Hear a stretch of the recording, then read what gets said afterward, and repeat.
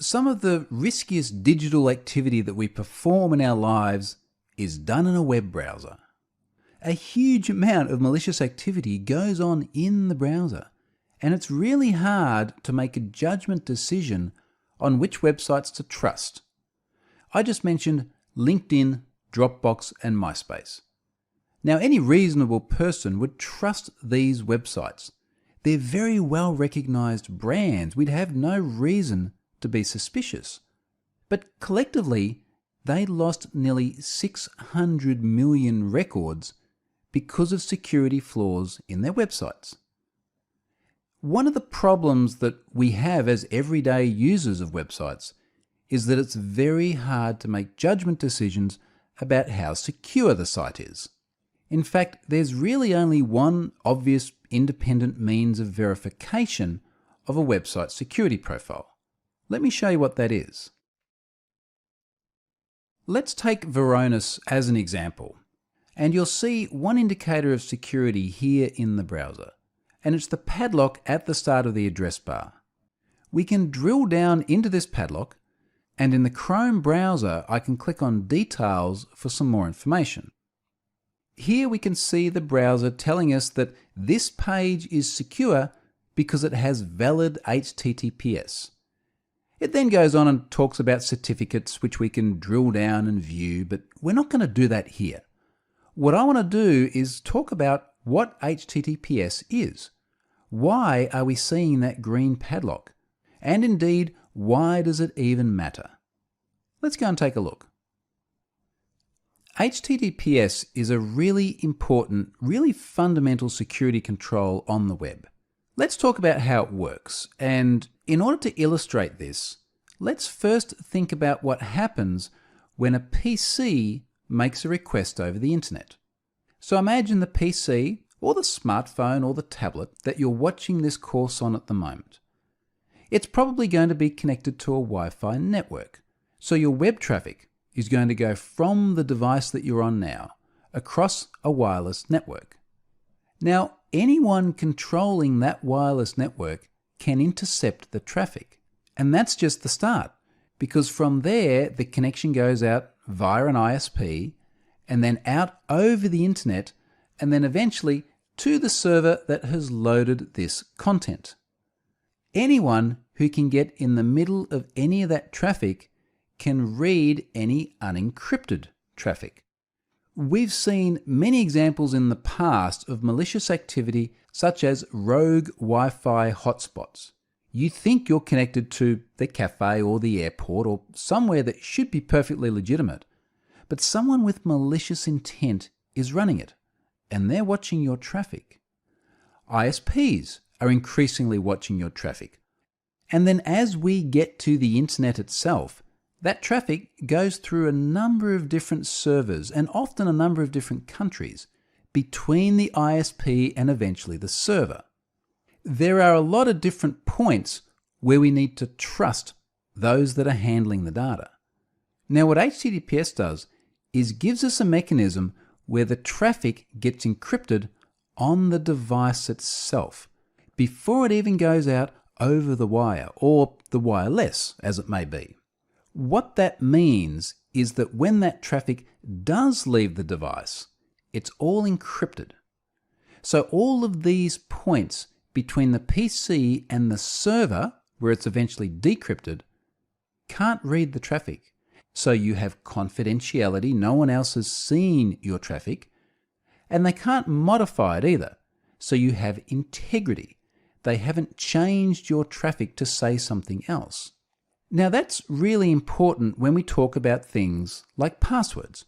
We don't want any of these other parties between your device and the site that you're talking to be able to see your password. When you browse a website like your bank, you want to be able to get back your balances, your account activity, without any of these parties being able to observe what's going on. And indeed, when you load those pages, you want to know that they haven't been tampered with. You want to know that an attacker hasn't put something malicious on a website that you've loaded. And this is one of the things that HTTPS does well. Now, none of this is to say that the server itself doesn't have serious security vulnerabilities on it. LinkedIn and Dropbox and MySpace all had HTTPS, but they also had some pretty serious security flaws on the server itself. So it's important to recognize what this padlock does and does not mean. Yes, it means your traffic is protected. No, it doesn't mean that the server itself is immune from any major problems. So that's HTTPS. Let's go and look at another really important service for protecting your online activity, and that's VPNs. A VPN, or a virtual private network, is another way of protecting your data as it flows across the internet. There are many consumer-orientated VPN products these days. VPNs that can run on your mobile devices and on your PC, and they often cost a mere few dollars a month. Let's talk about how they work. We'll go back to our PC, and again, it could also be a mobile device like a phone or a tablet, and the PC is connecting out over the internet. Now, we know from the previous slide that in order to get to the internet, it probably goes through some Wi-Fi and it goes through an ISP, and then eventually that traffic ends up over on the destination server. Now, let's imagine you do want to use Wi-Fi in a location that you can't completely trust. Imagine you're at an airport in a foreign country, and you can't necessarily rely on every service that you're using to implement HTTPS correctly. Many services still don't have it at all. So, being a cautious individual, you don't connect to the internet. Instead, you run a VPN client. So when you run a VPN in this fashion, you do have software that runs on your local device, and that's the client that we see here on the slide. That's just part of the picture, because you also need to have a VPN provider. Now, there are quite a number of good providers, and as I mentioned before, they're often just a few dollars a month. And what's going to happen when we run the VPN client on the device is it's going to encrypt the traffic all the way through to the VPN provider before it then goes out through the internet again and eventually to the target website. Now, there's a couple of important things to note here. One is that the Wi-Fi and the ISP are inside that encrypted traffic box. They cannot see your traffic when you have a VPN. The other thing to note, though, is that you are now trusting this VPN provider with your traffic, because they're going to decrypt it before they send it out over the internet. So you need to have a VPN provider that you trust. Now, this isn't foolproof, so we still have a segment there of the connection after the VPN provider where the traffic is not necessarily encrypted. If you go to a website with HTTP in the address bar, it's still going to go through that point on the diagram without any protection. But if you have an HTTPS connection, as we just saw on the previous slide, then we know that's already encrypted. And now that encrypted communication is going to go through the VPN, which also encrypts it, and you get two levels of encryption. A VPN is a great solution for when you need that extra confidence that your traffic is encrypted. So that's the role of a VPN, and that's enough for encrypted traffic. Let's go on and have a look at something else that happens at an alarming rate on the web, and that's phishing attacks.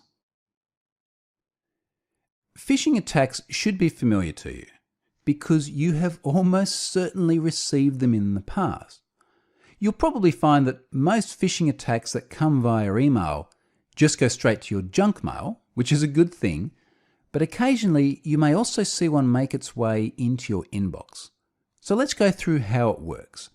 You get an email from someone who's ultimately running a scam, and the email entices you to go to a phishing page.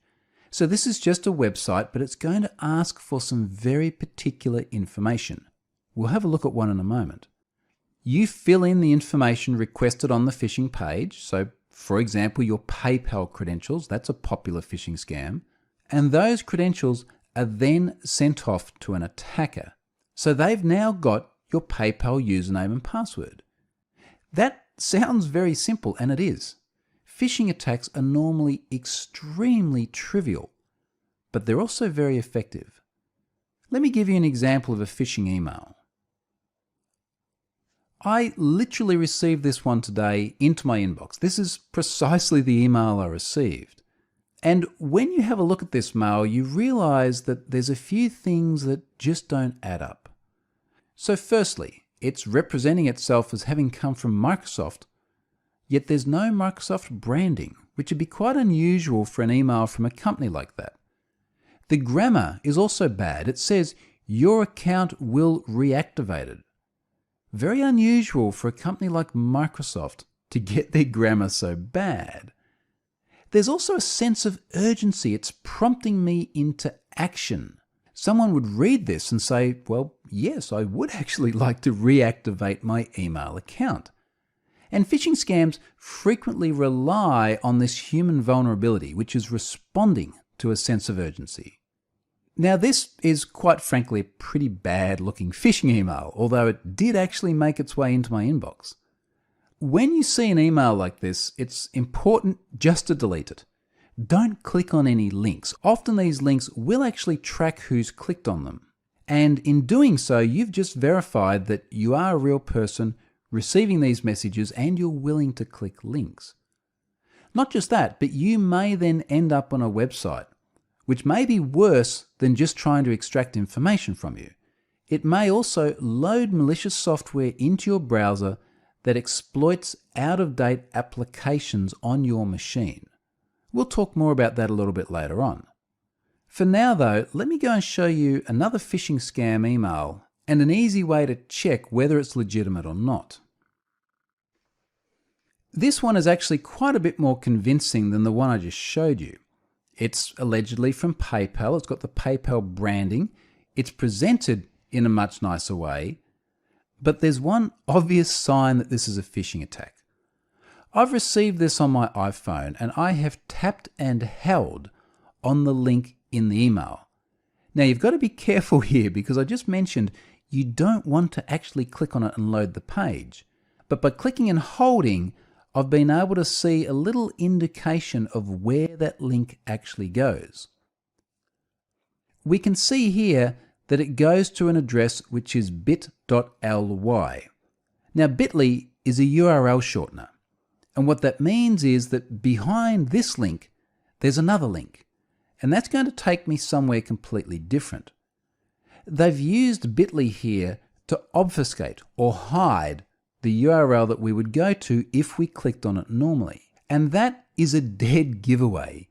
If you get an email from a company like PayPal and the links don't go to paypal.com, you know it's almost certainly going to be a phishing scam. Let's now have a look at just what a phishing page looks like. Here's the one that's loaded from that Microsoft Outlook phishing scam I showed you earlier. And this is a very good looking phishing page. It looks like a normal Microsoft sign-in page. It's got the Microsoft branding, it's asking for email address and password, and pretty much everything looks normal. Until you look at the address bar and you see that this is not Microsoft.com and it's not anything that looks anything like Microsoft.com. Not only that, but there's no padlock, and we know now that if there is no padlock, we can't trust the page. This phishing page is actually running on a compromised website. So this is someone else's website that attackers have broken into and loaded this malicious page onto. If you get an email from a website like PayPal asking you to log into your account, don't click any links at all. Open up your browser and type in the address yourself, paypal.com. You know that's where they are. You'll be able to find any calls to action after you log in. So that's websites. Let's move on now and have a chat about software maintenance.